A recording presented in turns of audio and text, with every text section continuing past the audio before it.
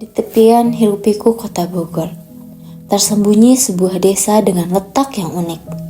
Terlalu kecil untuk disebut kota, namun terlalu berkembang untuk disebut kampung. Sebuah batas tak kasat mata di mana modernitas perlahan menyentuh, namun tradisi masih erat menggenggam.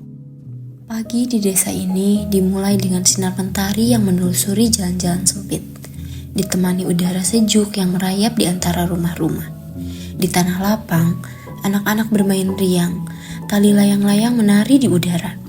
Tawa mereka pecah, murni tanpa beban. Dunia mereka sederhana, bermain, belajar, dan bermimpi. Namun, di balik keceriaan itu, tersimpan sebuah kisah yang jarang diungkap. Sebuah tantangan yang tak terlihat mata, namun terasa dampaknya di setiap langkah kecil mereka. Rendahnya minat baca, masalah yang tanpa disadari tengah membentuk masa depan. Berdasarkan data UNESCO, Indonesia berada di peringkat kedua terbawah dalam literasi dunia. Minat baca masyarakat pun berada pada angka yang memprihatinkan, hanya 0,001%. Data dari Badan Pusat Statistik memperkuat fakta tersebut. Penduduk Indonesia yang rajin membaca buku hanya sekitar 10%, jauh tertinggal dibandingkan negara-negara maju. Kini, perhatian lebih sering tertuju pada layar gawai dibandingkan halaman buku. Cerita rakyat yang dahulu akrab di telinga perlahan memudar, tergantikan notifikasi dan permainan digital.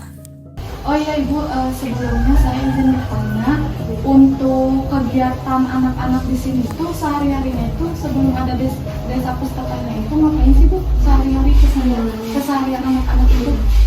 Biasanya ya Kak, kalau pulang sekolah nih mereka main. Terus sekarang kan musim layangan ya, main layangan gitu. Terus ada di rumah, biasanya gitu. Terus kalau saya ya, anak saya sendiri juga begitu. Biasanya kalau udah ada, sebelum ada ini ya, sebelum ada desa pustaka main banyak-banyak. Ya. Karena di sini tuh kurang ya Bu anak-anak minat bacanya dia. Sangat kurang, minim banget Kak. Miris saya sebenarnya ya. Bukan karena mereka tidak ingin belajar, melainkan karena akses terhadap sumber belajar masih terbatas. Pilihan buku yang tersedia sangat sedikit, sehingga sulit bagi mereka untuk menemukan bacaan yang sesuai minat dan kebutuhan. Fasilitas seperti ruang baca yang nyaman pun jarang ditemui. Padahal, lingkungan yang kondusif sangat berpengaruh terhadap kebiasaan membaca. Selain itu, jumlah pendamping literasi yang dapat membimbing anak-anak dalam memahami isi bacaan masih sangat minim. Keterbatasan inilah yang menjadi latar belakang lahirnya sebuah gerakan perubahan. Dengan tujuan menyediakan lebih banyak buku, serta menciptakan ruang baca yang layak, sehingga dapat mendorong minat baca masyarakat. Berawal dari program pengabdian mahasiswa, lahirlah gagasan Desa Pustaka, sebuah inovasi literasi berbasis komunitas yang bukan hanya menghadirkan buku, tetapi juga menumbuhkan cinta membaca sejak dini. Desa Pustaka bukan sekedar pojok baca. Ini adalah ruang tumbuh tempat anak-anak menemukan dunia baru melalui cerita.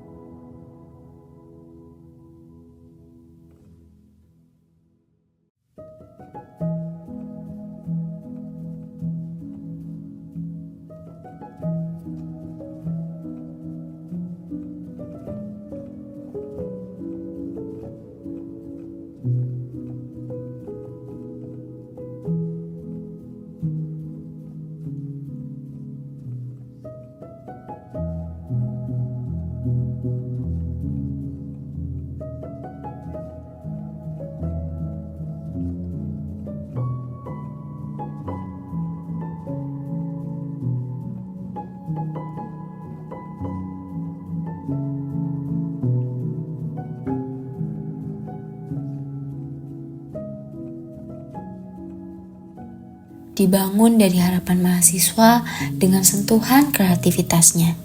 Desa Pustaka ini berdiri di sebuah gedung lama yang disulap menjadi ruang literasi. Setiap anak boleh meminjam buku, membaca, lalu menceritakan kembali isi bacaannya. Perjalanan ini tentu tidak mudah. Tantangan masih terus hadir.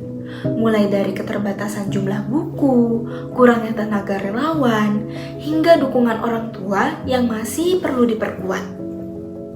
Meski begitu, setiap langkah kecil yang diambil membawa perubahan.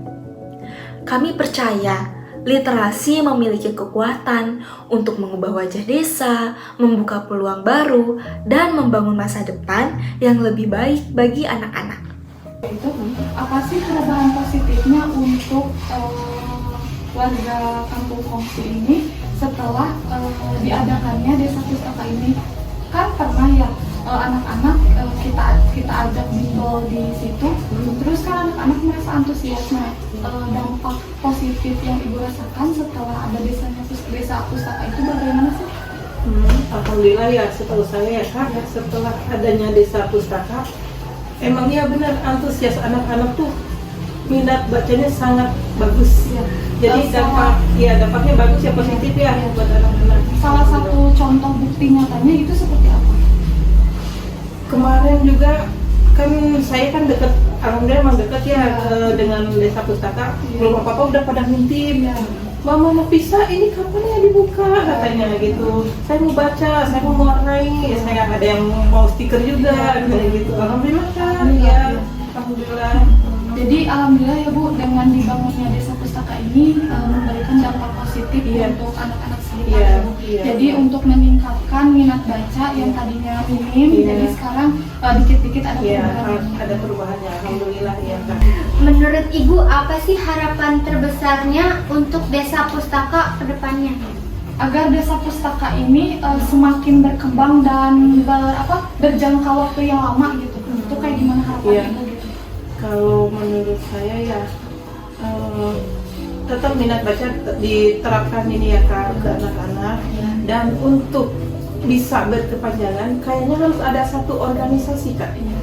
Ya, jadi ada pengelolanya biar anak-anak tahu jadwalnya baca itu hari ini jam sekian. Nah, tidak harus monoton juga ya. Ada step by step, maksudnya gini lah.